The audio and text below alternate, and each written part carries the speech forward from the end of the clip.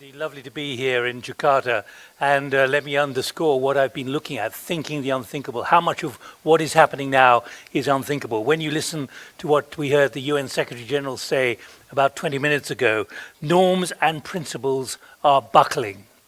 We want to explore in the next 70 minutes quite how much they are buckling, but how much can be preserved.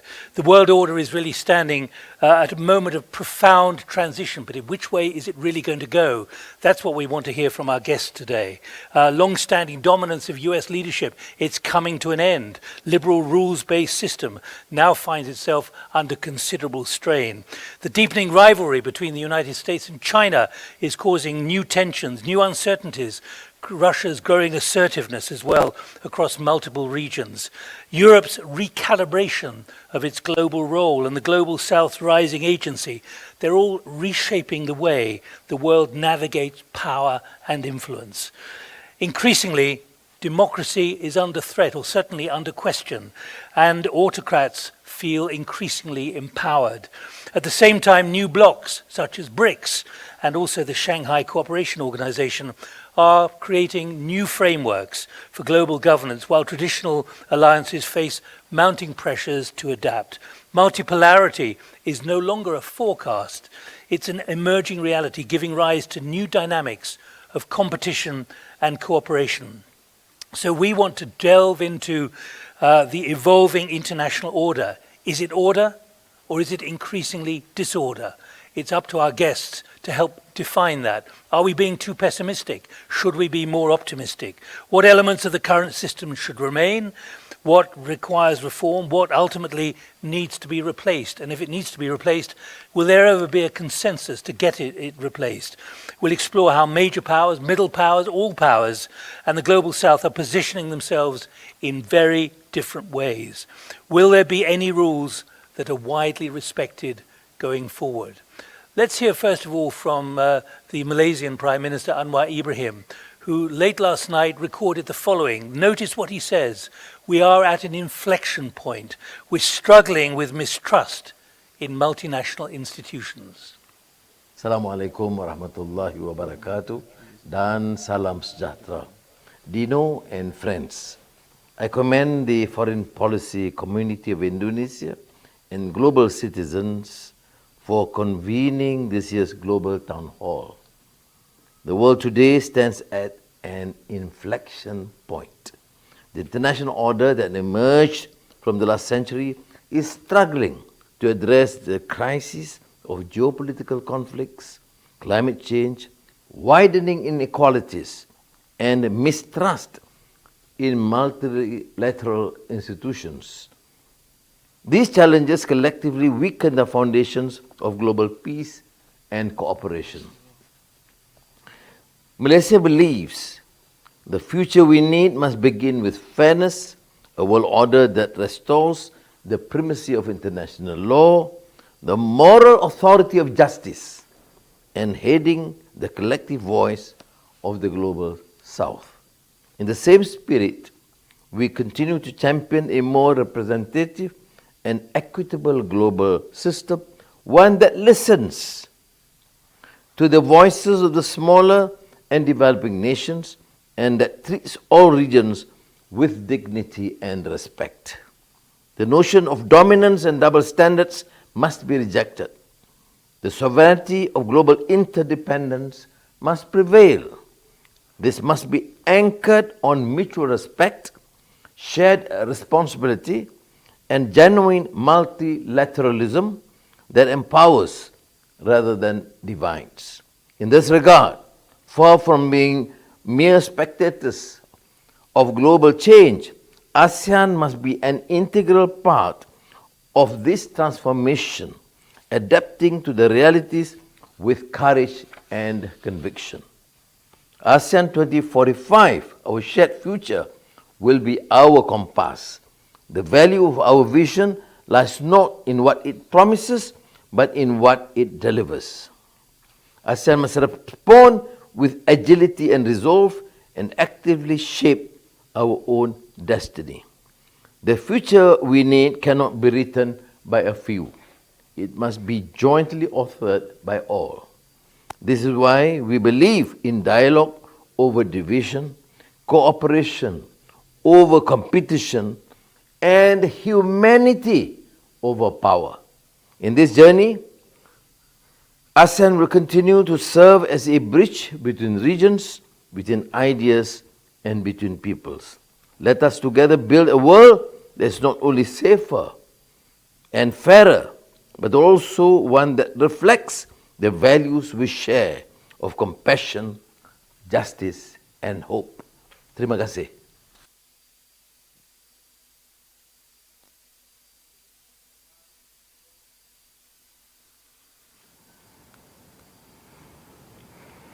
The Prime Minister of Malaysia, Anwar Ibrahim, there, setting a tone, building on what we've heard from Dino as well. And we're going to be joined by 9 people in the next 70 minutes, or 65 minutes now, to try and crystallize some of those concerns, but also, again, to emphasize the positive way forwards. And there are positives emerging in some regions of the world. We're going to have half an hour in which we'll be focusing on 3 speakers. Then we're going to be broadening it into 6 more speakers joining us as further discussants. So that's the plan, and I'm going to be very disciplined about time, maximum of 4 minutes each person for the moment, but I'll be flexible as well. So get over your point as soon as you can, rather than filling time. Make sure you get the point out there as swiftly and as sharply as you can do. So Dino, let me come to you immediately, just to build on what you were saying a few minutes ago before we go to Delhi and also to the Netherlands. Thank you, Nick. I'll be really quick because I want to hear what others have to say on this. But there's definitely no doubt that the world is in transition now. It's not just a momentary aberration, but we are transforming into something else. Now, what that something else remains elusive, and we can debate, but definitely it's morphing into what I would call the next world order, right? And we're not calling it the new world order, because the new world order would mean that, like buying a car, you ditch the old car and you use the new one. It's not going to be like that. The next world order will draw a lot of the institutions and the norms of the old world order, but some of its features, its components will need to be reformed, evolve, fixed, or even replaced. You may ask what would remain. Obviously, the United Nations will remain. There's no thought about replacing or abolishing the United Nations. Regional organizations like ASEAN in Southeast Asia will remain. Yeah? But others will evolve and grow. The G20, Poland is going to be a member of, applying to be a member of the G20. BRICS, there are about 30 countries that are joining BRICS. Malaysia and Thailand from Southeast Asia included. Right? So the distribution of power around the world has changed rapidly, and this by itself will drive the need to create the next world order, however that looks like. Keep in mind that the post-World War II world order was created by around 50 countries who signed the UN Charter. Now there's about 194 countries, yeah, about almost 4 times more. And their weight is different. There's now about 20 middle powers around the world. There's a middle power in almost in every region of the world. So there's more coalitions emerging in the world system.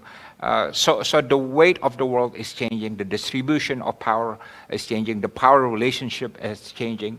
And I would say in the next world order, at least one thing is certain, that is the primacy of the West that we knew in the first decades after World War II is not going to be there any longer. But the Global South is going to reshape that world, but obviously the Global South is just too generic and who in the global south will step forward and what kind of coalition buildings they will develop. That's going to factor in as we discuss the shape of the next world order. But Dino, I've got to put to you a question which will come for everyone, and I'd like an answer from everyone. Should we be even using the word order now? Are we talking about disorder, managing disorder? Can you create new order? This is not the end of World War II, what happened back in 1945, when there was a peace and a new order emerging. This is something rather different. Quickly from you, Dino, first of all. Yeah, well, as the world order shift into something else, there's going to be some degree of disorder, that's for sure. But look at Southeast Asia, for example. It was very divided and fragmented in the 60s and 70s, and now it shifted into a different kind of regional order. The whole of Southeast Asia is under one roof, which is ASEAN. But that came about through many periods of turbulence and trials and tribulation, including wars and conflicts and so on. But through all that, Southeast Asia was able to claim a stronger and more durable and transformative form of regionalism in ASEAN. And I hope that we'll see the same for the world order as well. Well, Dino, let's pause there and go immediately to Delhi, to Ambassador Sujan Chinoy. Welcome, Sujan. It's nice to see you again. Director General of the Manohar Parrikar Institute for Defense Studies and Analysis, and a former ambassador as well. Do you see now in your country of 1.3 billion, do you see a new order emerging or a disorder emerging? Because you've had success recently with China. Well, thank you very much for having me with you all today. I hear some echoes, and I suppose it's to do with perhaps other microphones being on. Maybe you'd like to switch off while I speak. Thank you. First of all, I'd like to thank Ambassador Dino for inviting me today to the Global Town Hall 2025. To that question, let me begin by saying that world orders are neither created nor dismantled easily. Our historical experience around the world has been that the world orders have either been created through wars or through cataclysmic events. The last one that was created 8 decades ago was the result of a horrendous world war. And the second point is that order and disorder coexist. In fact, there's never been a perfect era when you have only order or only disorder. And the third point I'd like to very quickly make about order is that order can be very deceptive. For example, the order that we had, for instance, during the Cold War, if we harken back to that period, was not exactly an order in which there was equality. The colonial age also had a great deal of order around the world, especially in the colonies. But was that an order that the world would like to continue with? So therefore, these terms are quite deceptive: order and disorder, chaos and order. And very quickly, Nick, I'd like to make a few points about the weakening of multilateralism. Now, it's like children. When they are young, they think their parents are perfect. When they grow up, they begin to see, as adults, objectively some faults and rough edges to their parents as well. This is natural. So, at a time when the current global order was set up, it was inherently unequal. Available literature suggests that the United States, in fact, had insisted on having a UN Security Council with exceptional veto power for a few in exchange for the very establishment of the United Nations. And this kind of inherent inequality was acceptable to the rest of the world in those early years. But today the world is much more aspirational and seeks much greater equality. And we've also seen that the second challenge comes to multilateralism from the inherent nature of unequal funding. The United Nations is, after all, supported by developed countries and not by developing countries. The US itself traditionally has been paying 22% of the UN budget and a very large part, 26 or 27% of the UN peacekeeping budget. Japan has contributed a great deal. China has now risen in terms of its contributions. So those that pay normally have a greater say. There is yet another challenge that comes to the current multilateral order, which is coming from outside the normative system, the treaty-based UN, order, the Bretton Woods order. The challenge is coming from outside this normative order, and that is a result of the change in the balance of power. The balance of power clearly over the last 8 decades has shifted to new geographies, especially to the Indo-Pacific. And the result is that there are many more emerging powers that are exercising considerable legacy and agency outside the UN structure. And this is especially the middle powers and more so in their immediate neighborhood. India is one of them. Then the multilateral structure is defeated today, ineffective because of the sharpened differences and gridlock within the UN Security Council. And so that is a very awkward situation in which the delivery of the rules-based international order is today very questionable. And so how do you actually improve upon this? The first thing is that the multilateral structures need to be valued. That's the only thing we have. And as I mentioned earlier, orders can neither be created nor dismantled easily. We don't want to go into wars. Therefore, it's obvious as a logical corollary that the existing structure, perhaps even the UN Charter, needs to be updated to reflect the changes that have taken place in the last 8 decades. And we must also look at definitions of sovereignty, and these cannot be unilaterally interpreted by one part of the world. Others have their own civilizational interpretations of sovereignty, human rights, and things of the sort. One last point I'd like to make here is that looking at it from the perspective of a country like India, the definition of sovereignty will have to take into account sovereignty not just over geography or territorial integrity or simple decision making, but also hard issues like accounting for data, digital and AI sovereignty, as well as sovereignty over natural resources that are currently being exploited by global conglomerates, especially from countries of the global south. And global trade rules, for example, will have to be reconciled with arbitrary and unilateral imposition of tariffs.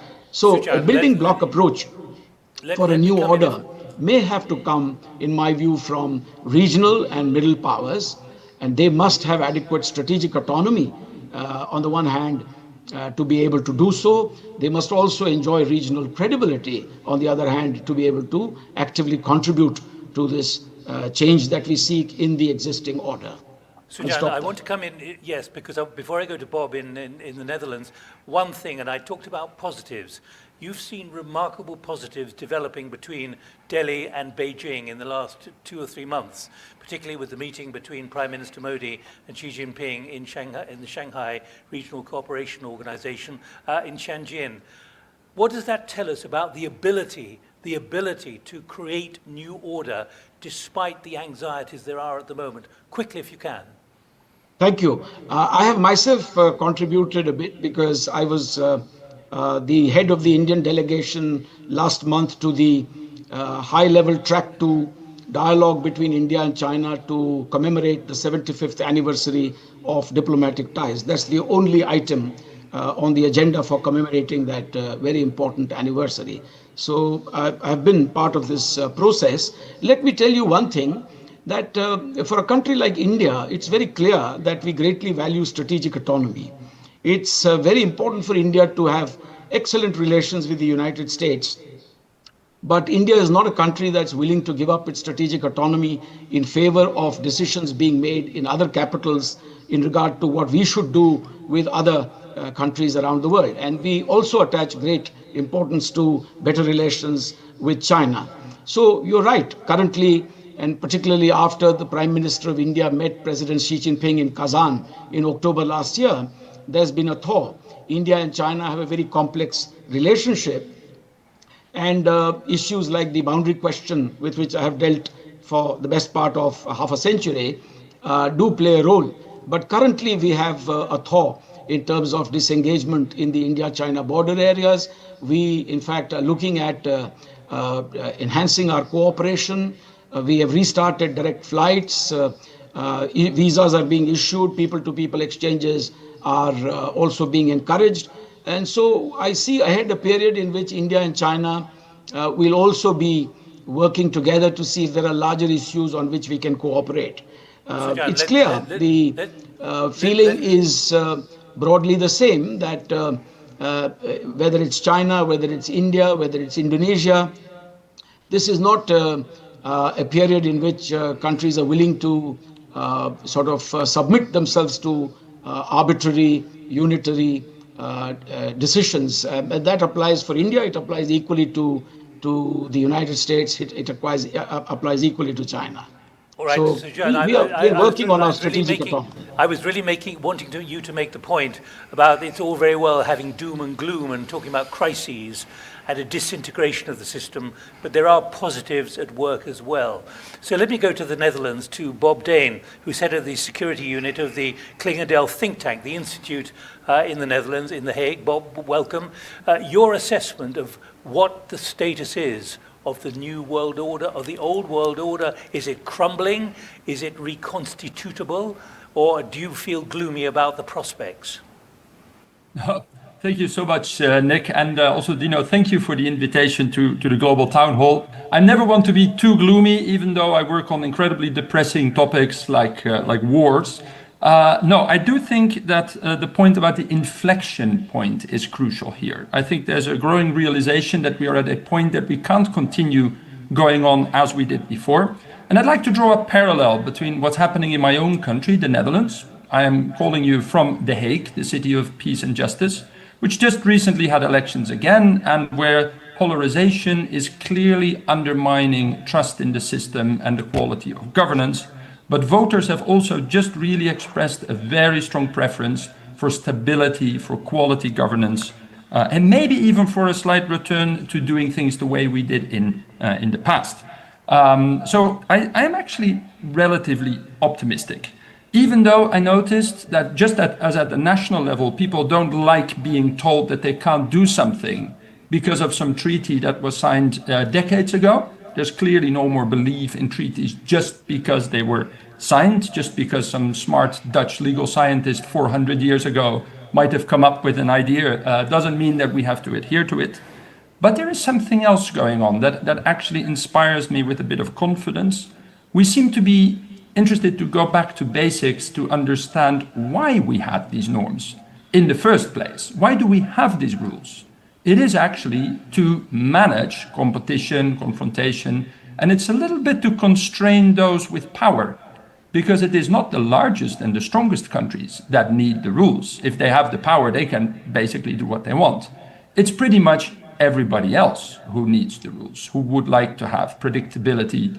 And therefore, I think it's really interesting to debate this in the global town hall setting, where I'd like to come to this question of what should we keep, what should we improve, what should we replace? And I think what would be extremely helpful is if we go back to the very basics of what we would absolutely like to keep.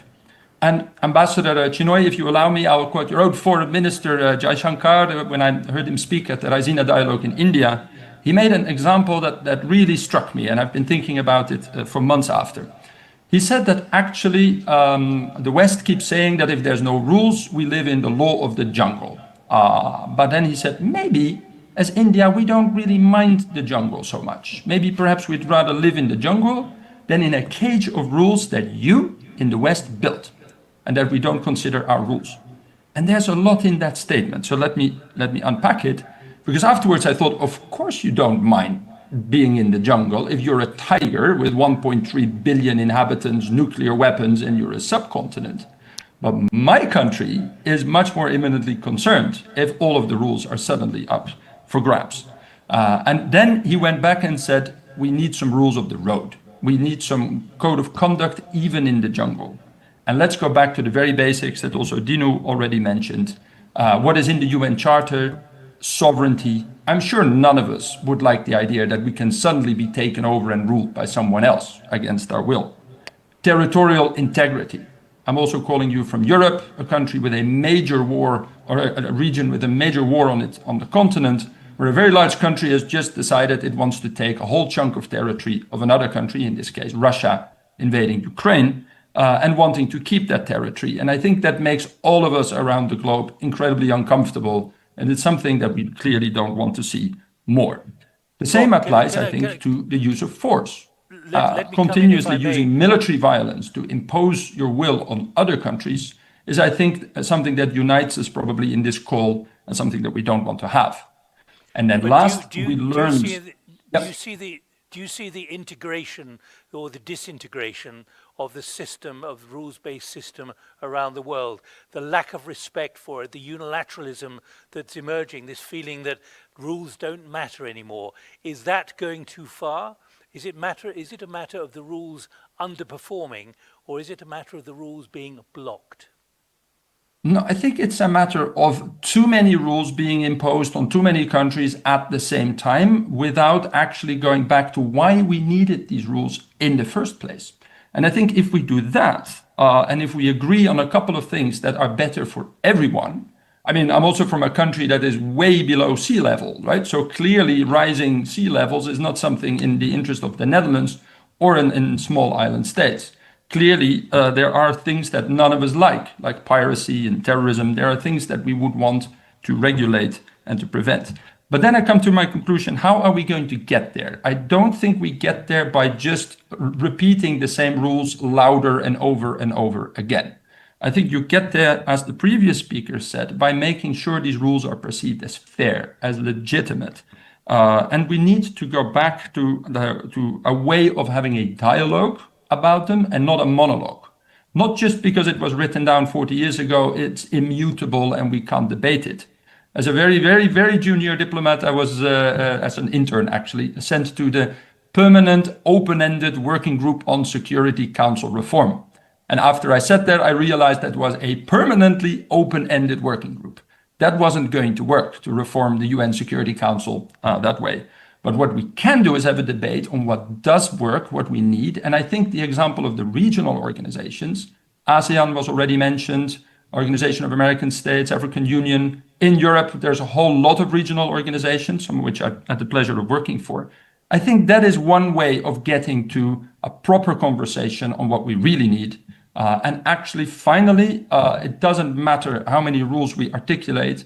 What citizens want from their governments, and I think what global citizens want from the international system, is a system that delivers, that addresses their concerns, rather than have endless conferences about who violated the rules when. If you start delivering, you also create legitimacy for the very rules that enabled it. Because to end up with this metaphor of the cage, I really regret that international law could be seen as a cage. I would much rather have the rules of the road be seen as a way to create predictability, to create stability, and to create trust. Something that I'd much rather have more of than less. Thank you, Nick. Thanks, Bob.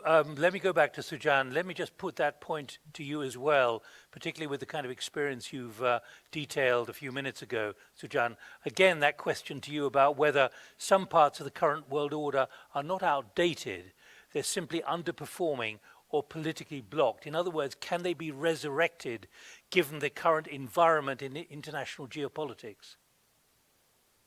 Actually, I entirely agree with you, Nick, that there are many aspects of the current world order that can actually be improved upon and that they can contribute to the larger good.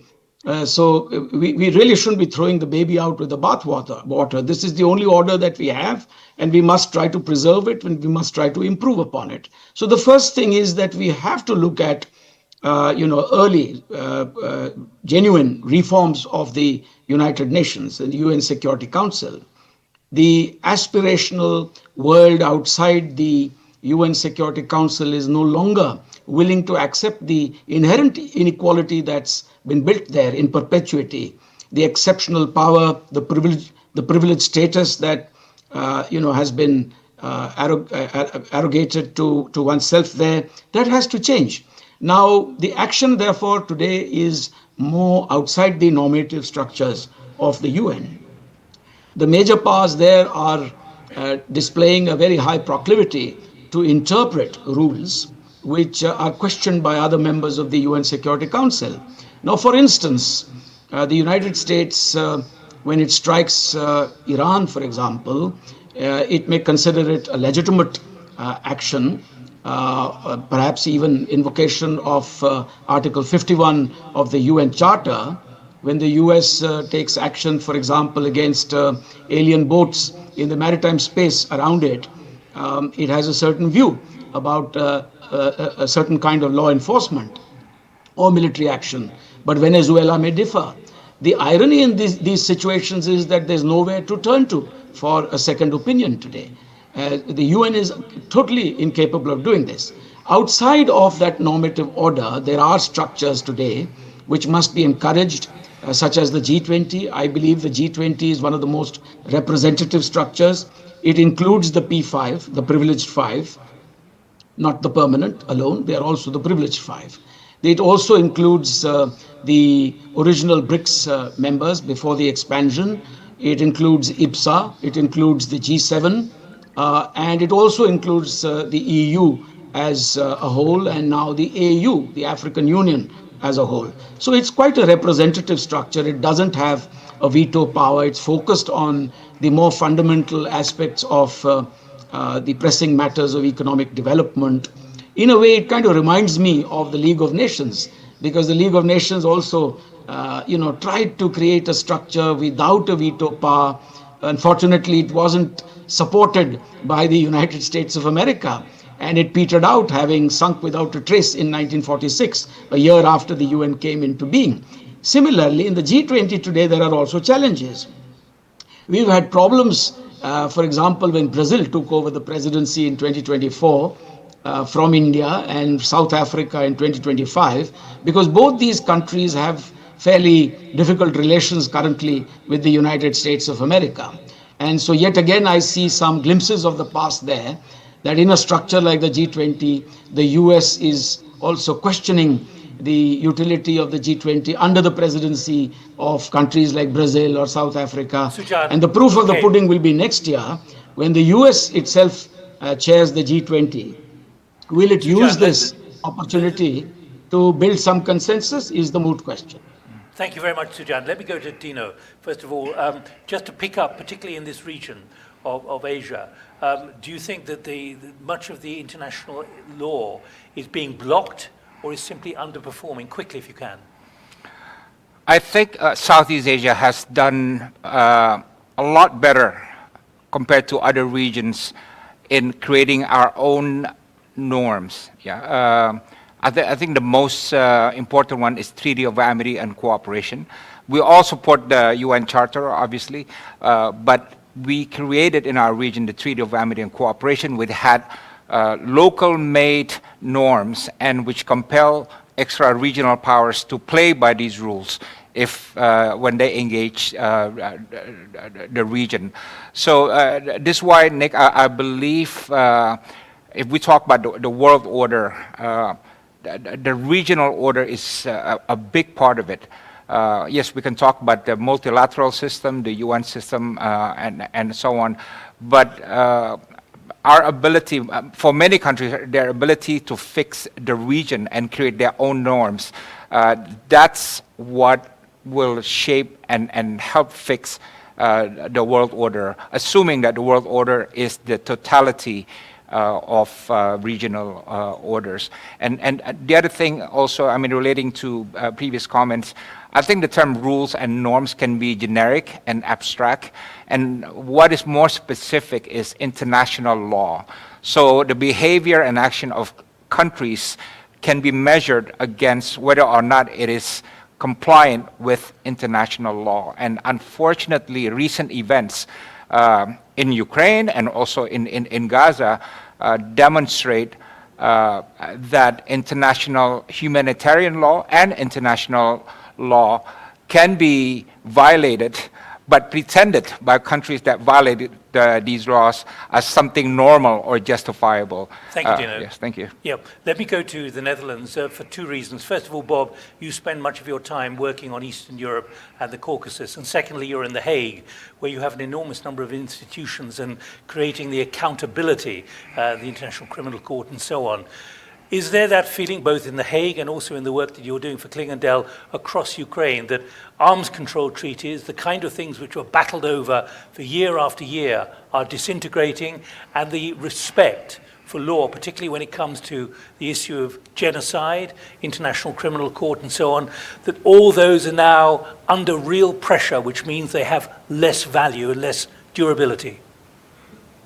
No, I fully agree, Nick, and that is, I think, a regret among many people in this city who work for these institutions that were actually designed to uphold international law, International Court of Justice, but also newer ones like the International Criminal Court. You see a clear backsliding. We have seen an EU member state, Hungary, basically pulling out of the Rome Statute. The International Criminal Court is probably one of the least popular institutions when it, according to the United States and many others. So it really is very difficult to uphold things that we could still agree on in the 90s and that we cannot now. But your point on arms control in Eastern Europe, I'd very much like to pick up on it. Why did we have all these things? Why did we design painstakingly in the 70s and later in the 90s all these things? Because there was a common agreement among the major powers that we wanted to avoid an arms race and a world war. And I think that is still a common agreement that we have. It is just that all of the treaties are starting to crumble one after another. Baltic states have now gone back to landmines because they need them, in their view, to protect their territory, so they got out of the Ottawa Convention. The United States and the Russian Federation are resuming nuclear testing.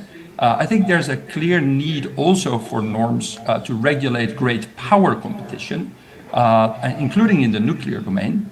And I think you will see pressure building in the coming years from exactly the middle powers, from countries that say, no, we don't want to go back to unlimited nuclear proliferation. We want to preserve strategic stability. And we have seen some pressure, actually by many countries on the Russian Federation, including from China, that continuously rattling the nuclear saber is not something that is to be done, because that taboo on the use of nuclear weapons is to be upheld. But it doesn't work automatically anymore. Just because the OSCE, which I used to work for, has a wonderful Copenhagen document that could regulate all kinds of things, doesn't mean it's going to be done. We have to work harder to convince the people that are in power that using these mechanisms is also in their own interest. Thank you. Bob, thank you very much indeed. Right, we're half an hour from the end, but that means I'm going to broaden it now out into the other, to involve the other discussants. We've got 6 of you coming in from Turkey, from Kazakhstan, from China, from New York, and also from Poland as well. So we're going to get a broader view now, but I'd like you to input with your own ideas of what you've been hearing, whether you agree or disagree. First of all, let's go to Poland, to Piotr Opaliński, who's head of the Asian Observatory at the Center for International Relations. Dzień dobry, Piotr. What's your view of what you've been hearing, particularly as Poland has reconfigured itself and reorientated itself dramatically in the last year and a half because of what's been going on in Ukraine?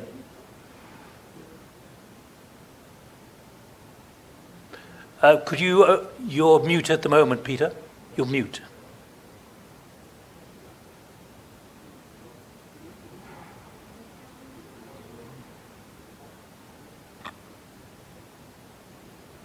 Is it now okay? Am I now? I'm hearing you now. Start again, please. Thank you so very much for kind invitation to participate in such a distinguished forum. It's my pleasure to represent the Center for International Relations, which is one of the leading think tanks in Central Eastern Europe, which includes also Asian Observatory, which is dedicated for the study of Asia's evolving strategic landscape. And as a Central European think tank, we observe these shifts from a region shaped by both integration and insecurity. Integration to the European Union was the most successful period of our history. Insecurity comes from the Russian policy and war in neighboring Ukraine. Poland today stands as the world's 20th largest economy, deeply integrated with both European and Indo-Pacific affairs. And listening to today's discussion, I would like to offer briefly 3 reflections on how we might navigate the transition from the liberal rules-based order towards a more plural, yet hopefully still predictable world system. First, what should remain is the conviction that order cannot exist without restraint. The post-1945 framework, with all its imperfections, has provided a minimal structure that prevents systemic collapse. It did not so simply through institutions or treaties, but through a shared understanding that even the most powerful must sometimes choose limits over leverage. Rules, in the end, are only as strong as the restraint behind them. If that culture of self-discipline fades, we risk replacing hierarchy with chaos, not balance. Second, what clearly must be fixed is legitimacy. Many of our global institutions, from the UN Security Council to the Bretton Woods system, still reflects the geopolitics of a world that no longer exists. So the global south has moved from being passive audience to an active participant in shaping global norms, yet its growing voice remains underrepresented in decision making. A sustainable order must therefore redistribute not only responsibilities, but also recognition. Without that, the very idea of a rules-based system risks losing its moral authority and political traction. And third, what may need to be replaced is the assumption that stability can be imposed through dominance or moral hierarchy. We are entering an era of interdependence without trust. Power is diffuse, technology accelerates asymmetry, and crises cut across traditional borders. In such an environment, middle powers, including those from Europe and Asia, have a unique responsibility not to balance through force, but to bridge through engagement. They can serve as translators between competing visions, building practical coalitions around issues like energy transition, digital governance, or regional security. This is not a substitute for global leadership.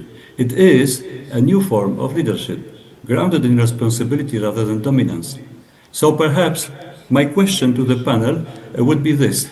How can we move from a model of power sharing to one of responsibility sharing, where influence is matched by accountability to the international system as a whole? And I hope that Europe and Asia, as dynamic middle power regions, will increasingly build this bridge together. Thank you. Dziękuję. Thank you very much indeed, Peter. How to move power to responsibility sharing. And you raise a very important issue about the South, which we must not forget. And that's why immediately I'm going to go to Uganda, to Kampala, to Patience Namanya, who's a member of the Uganda Council on Foreign Relations. How does the discussion we've been having for almost an hour now, Patience, how does it relate to what you see there in East Africa and across the African continent, where you are positioned at the moment? Thank you so much. It's an honor to represent the Uganda Council of Foreign Relations today. And I think when we look at this conversation, it's clear that there has been an imbalance. You know, the system that prevails right now, unfortunately, is built to exclude certain states. And when I talk about certain states, I talk about states from the global south. And I will go back.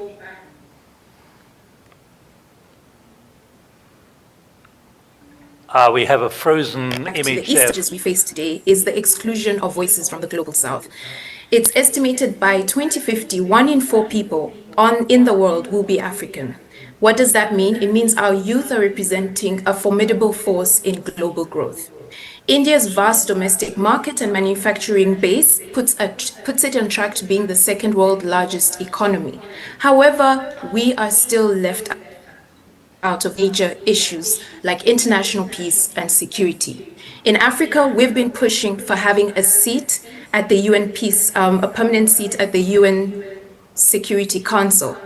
When you look at the UN Charters of Principles of Sovereignty, Equality of States, Peaceful Resolution, they do not apply to all African countries, especially the principles of sovereignty and territorial integrity, which I think if we as countries come back to the commitments of multilateralism, we'll be able to support the security of small and medium-sized states from aggression, which we see globally is being eroded. What should be fixed? I think our multilateral institutions shouldn't be changed, but should be reformed. We have UN agencies and specialized agencies that are supposed to support global cooperation. but currently suffer profound legitimacy deficit. And we see that also in Africa.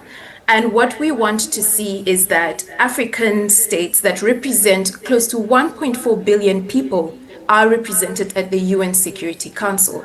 This is going to bring greater stability to the continent, greater representation of our security issues.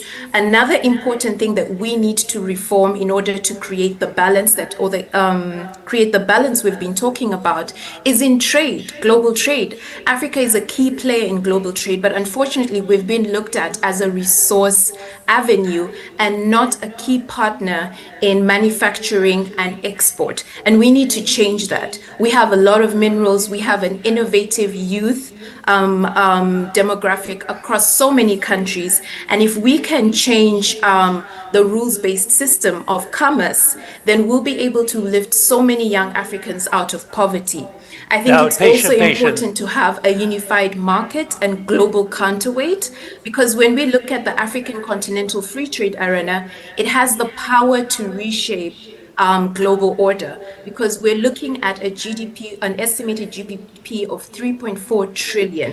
I believe if we look at how Africa as an economic bloc can renegotiate trade, renegotiate manufacturing and exporting of its resources, we can redefine our role in global politics. And I think lastly, we need to look at what is happening in the world right now.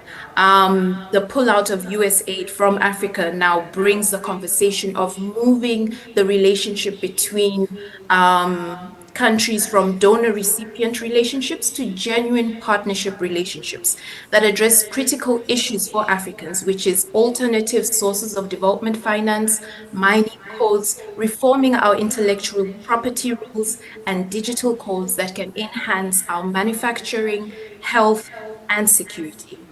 Patience, sadly we have to talk in headline terms for this discussion, but in a minute, literally a minute if you can, do you believe the mountain is moving? There's a much greater awareness, not in a patronizing way, but a much greater awareness of much of what you've been saying. In other words, things are changing, maybe not as fast as you'd like, but they're moving in the right direction on the world order. I think they are. I think the conversation right now of giving Africa a seat at the UN Security Council is a clear indicator of that. I think the conversation of seeing many Silicon Valley industries investing in Africa, you have Meta also investing in innovation in Africa, shows you that they believe in the youth demographic of Africa and its ability to shape development globally. I think also you can also look at the changing relations between the EU and the African Union that are going to be celebrated in a couple of weeks. The trade agreements, the migration agreements, they are moving in a positive way, but we need to tie in those loopholes of trust, loopholes of implementation, and most importantly, loopholes of policy frameworks that continue to marginalize our African states. Patience, thank you so much for joining us from Kampala. Let's move swiftly now to another area where there is significant geopolitical challenges all around, and let's go to Turkey now, to Ankara, to Professor Gürol Baba, who's Professor of International Politics at the Department of International Relations at the Social Sciences University of Ankara. And Gürol, I'm coming to you because so much is changing in your area, both internally within Turkey, but also in your neighboring countries of Lebanon, Syria, and Iran, to name just three, plus the Gulf, etc. What do you see as the changing of the New World Order? Because you've had a very positive development since February of this year, where the PKK, Öcalan, the leader from prison, decided the PKK should lay down its arms. In other words, within Turkey, you have a new order which has been created by a decision by what, up to now, for the last 40 years, has been regarded as a terror group. Well, thank you so much for the invitation, and thank you so much for the startup remarks about the changes in Turkey. Well, actually, if you're going to talk about the next world order, let's not call it as we all agreed here, like the new world order. We are not really describing a neatly designed architecture, but like a slowly unraveling the old Western-led order and the search for what comes next, as we see in this conversation, is looking a little bit messy. Well, when we are talking about this surge, actually we see like three big shifts defining this transition, and including in the Middle East, because there is the first transition is about the power. As the power diffuses, Turkey, like middle powers, are increasingly act as portfolio managers of alignment. Rather than tying themselves to a single power, they hedge and diversify. Secondly, if you look at Turkey as a good, I think not only a general middle power, but also a type of a uh, proactive middle power, you see that in Turkey's official rhetoric, we see there is a crisis of legitimacy emphasis of the Western-led order, which has opened a space for all middle powers almost to become spokesmen and brokers of the global South, and Turkey is one of the pioneers of it. The third one is there is a jam in the classical multilateralism, and in this jam, middle powers like Turkey, they act as architects and users of fragmented issue-specific institutions.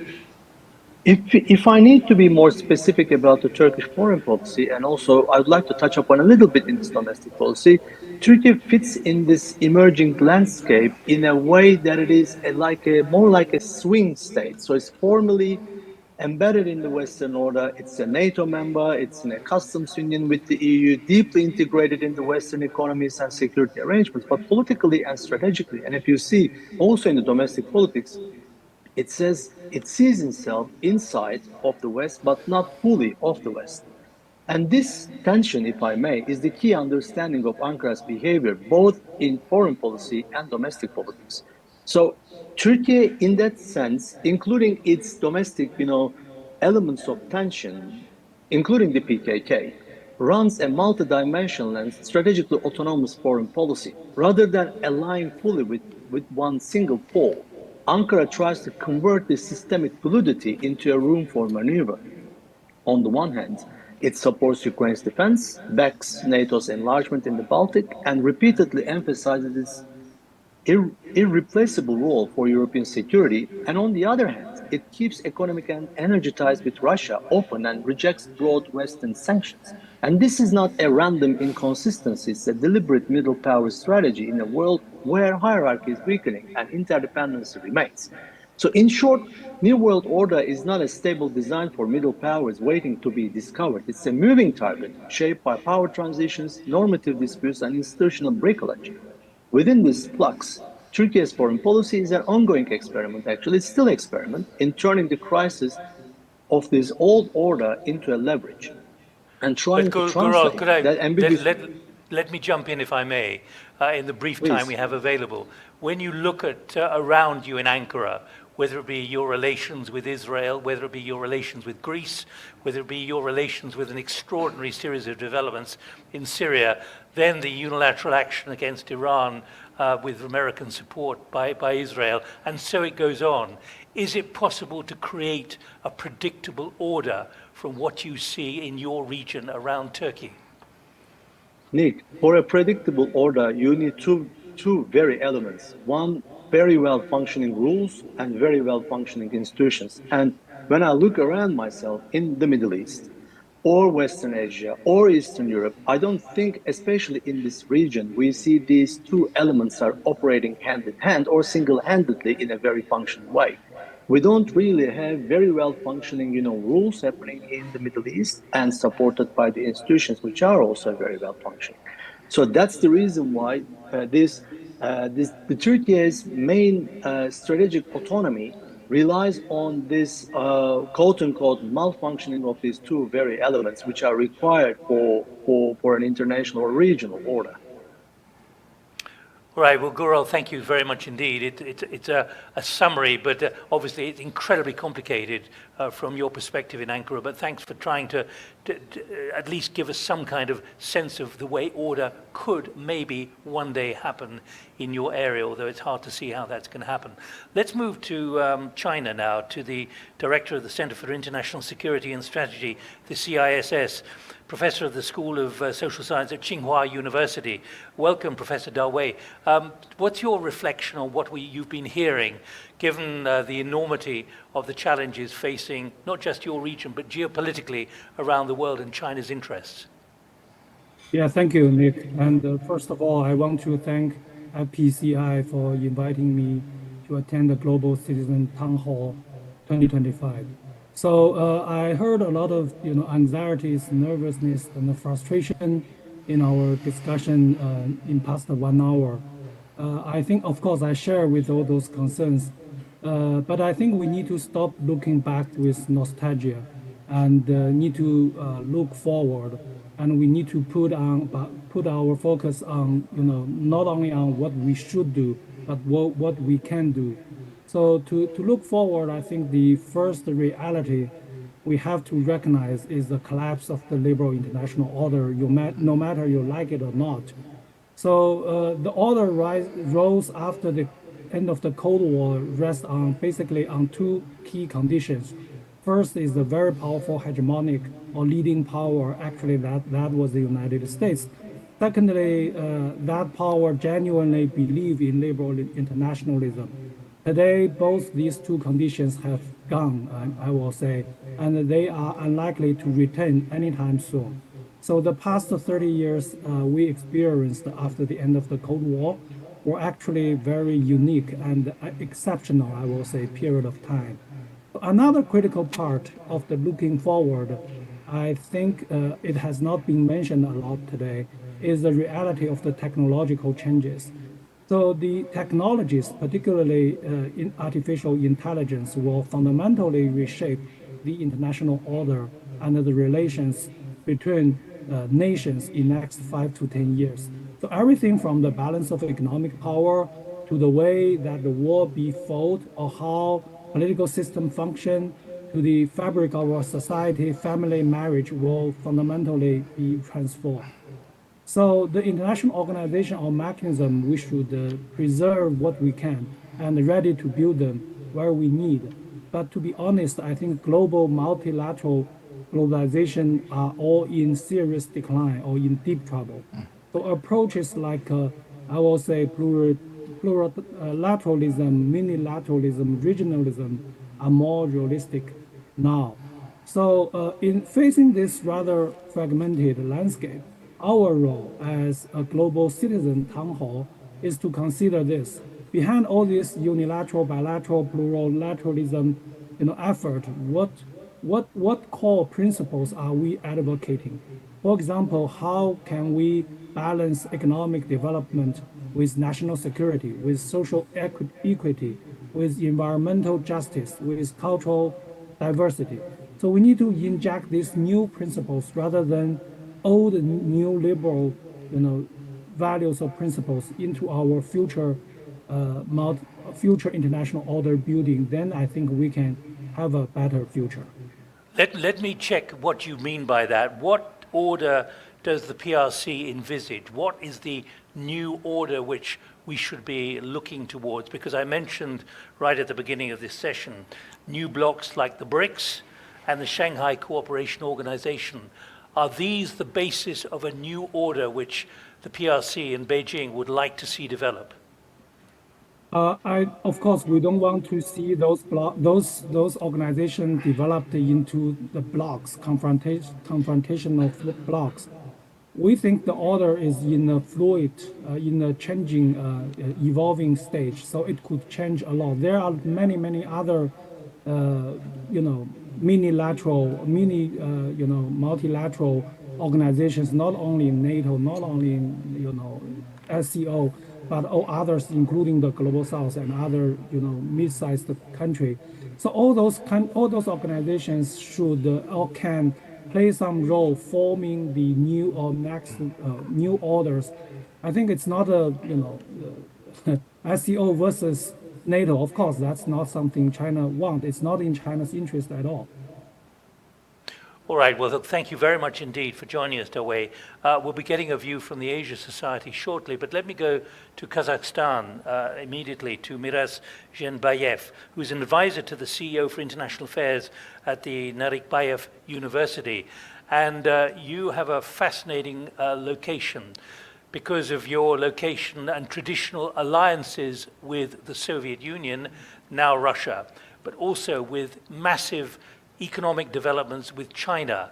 Where do you see order developing? And I've been to Kazakhstan several times. How do you see this emerging from a Kazakh point of view?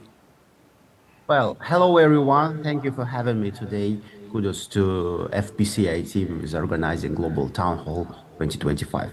Well, when we ask about what should remain in the next world order, my instinct as someone from Kazakhstan, new classic middle power of global south, is to strip the question down to survival basics. For states that live between the larger centers of powers, the core UN Charter principles are not abstractions.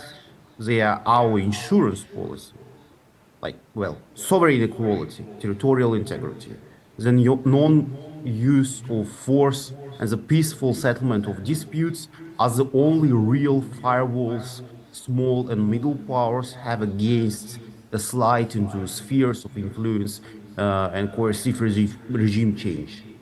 Those norms still command broad support as a reaction in the UN General Assembly to recent wars have shown, even if practice often falls short.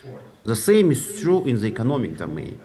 A rule-based trading system with non-discrimination and building dispute settlements is not designed to abolish strategic competition. It is there to prevent the competition from turning every supply chain into a weapon. Well, the actually paralysis of the WTO appeal body since 2019 has badly damaged the credibility of the system, creating a situation where major players can appeal into the voids and escape enforcement.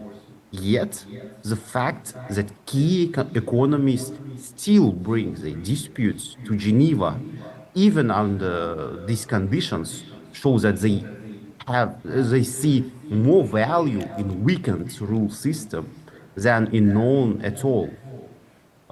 And again, I would frame institutional reform not as demolition project, but as overdue maintenance on a house we still live in. The problem is not the absence of institutions. It is widening gap between the design and today distribution of power and vulnerability. The UN Security Council is actually the clearest example of that.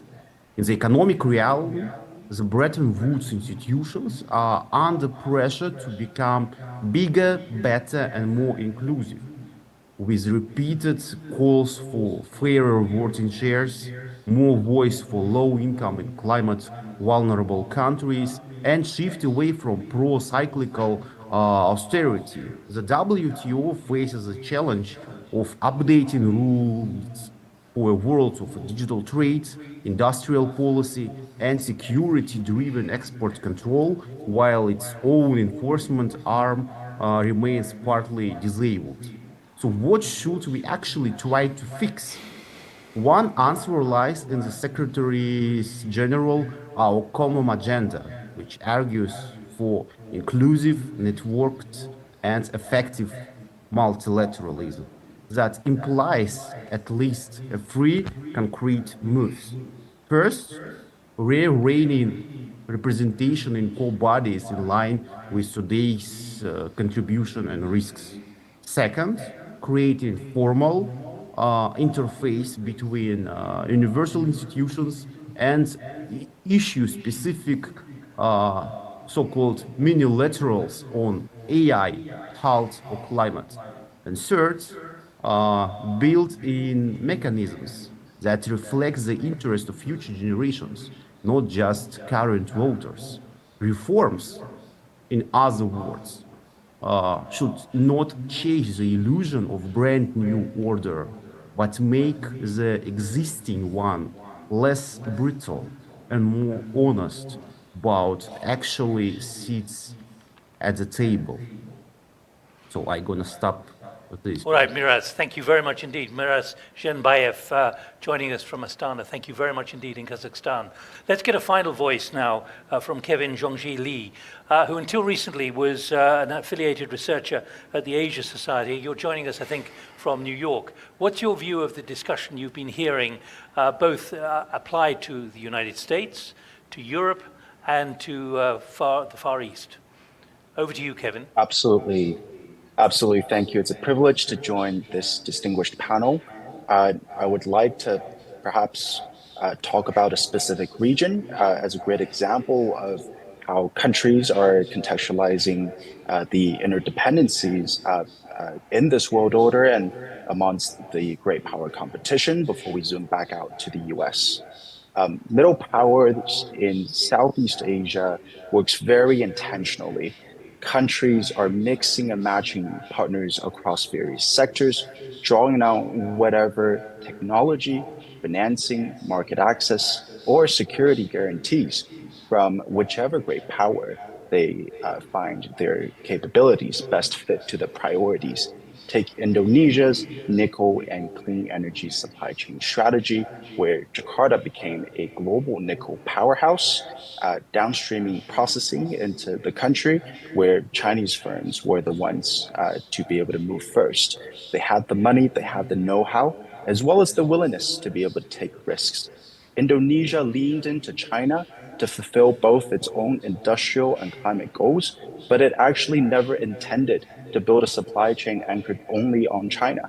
As its capacity grew, it opened up space for market access with the US, automotive linkages with Japan and Korea, Europeans about standards, and so on. So each partner plays a different yet distinguished role, and each link widened Indonesia's options. And we see that play out across Southeast Asia. You see versions of the Philippines tightening security cooperation with Washington, even though as China remains its biggest trading partner. Malaysia most recently signed a critical minerals agreement with the US, yet also exploring rare earth projects with Chinese firms. And Singapore, of course, keeps close defense partnerships with the US while working with China on advanced manufacturing and artificial intelligence. So what looks contradictory is simply countries trying to advance their particular goals, and these relationships open doors and ultimately allows countries to negotiate with great powers from a position of strength, but because they really have that real capacity at home. Now, zooming back out to the US, and I would say for all countries that are aiming to practice what was introduced earlier by Ambassador Sujan as responsibility sharing, is one, I would say we need to increase understandings of the US in Asia, of Asia in Europe, and need to invest more deeply in understanding our counterparts. That includes history, culture, religion, and languages. And to get your counterparts' view on sovereignty, on partnerships, and on power. And secondly, what I would offer is that countries and regional blocs should be committed to a stable and long-term strategy that is anchored in what I call reciprocity, committed to long-term economic statecraft, pursue real strategies, for example, for Southeast Asia, real ASEAN strategies, as opposed to a countering China strategy. And the same would likewise work for other great powers, and really practice reciprocity where partnerships between countries and between blocs should feel two ways, not conditional or securitized. Thank you very much. All right, Kevin, thank you so much. And thank you, all 9 of you. We're seeing you on a gallery view here on Zoom. But I want to thank you all enormously. We started out by trying to anticipate the new world order, what should remain, what should be fixed, what should be replaced. I think we've gone down that track pretty effectively from your different perspectives in different parts of the world. But I'd like to ask Dino finally to give a view in 2 minutes only, Dino, Nick, about what you've Nick, just could heard. you also give me 1 minute, please? After Dino, if you give me just 1 minute, please. After Dino. I'll give you 1 minute now, but I'm on borrowed time. Let me tell you, Sujan. So really, 1 minute only, please. All right, 4 quick points. As far as power sharing and responsibility sharing is concerned, power sharing is what they are doing in the permanent five, privileged five in the UN Security Council. The rest of us, many of the regional powers are already doing responsibility sharing. India gave 200 million doses of the vaccine to more than 100 countries, even as it was still vaccinating its own people. The West was hoarding vaccinations at that time. Second point, the problem with middle powers is that they are not a group, they are a spectrum, and they are not necessarily all on the same page. And so they have greater agency in their own extended neighborhoods, but not necessarily as a group. And the last point I want to make is that the technology changes that are around the corner, particularly in AI, creates the specter of potential neo technology colonization, because the have-nots in this case do not have the basic infrastructure even for electricity. Whoever has more electricity is going to produce more AI. Whoever has those technologies will do better. So we are actually staring at AI and digital colonization in the near future, unless the West also shares these technologies and creates the right kind of human resources, capability building in the global South. Thank you. Sujan, thank you very much indeed. And can I thank you all very much indeed for being incredibly disciplined. We finished precisely on time. I didn't have to use my bell once, so thank you enormously. Dino, 2 minutes only to summarize what we've just heard. Can the political class cope with what we've just been hearing?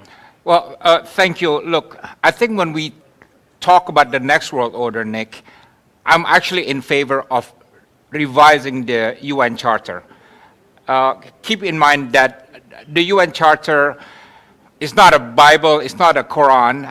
Even the writers of the UN Charter believe that at some point the UN Charter can be adapted to the changing circumstances. And certainly the founding fathers of the UN Charter could not foresee whatever trends is going on in the 21st century. And secondly, we heard a lot of ideas about changing the UN Security Council.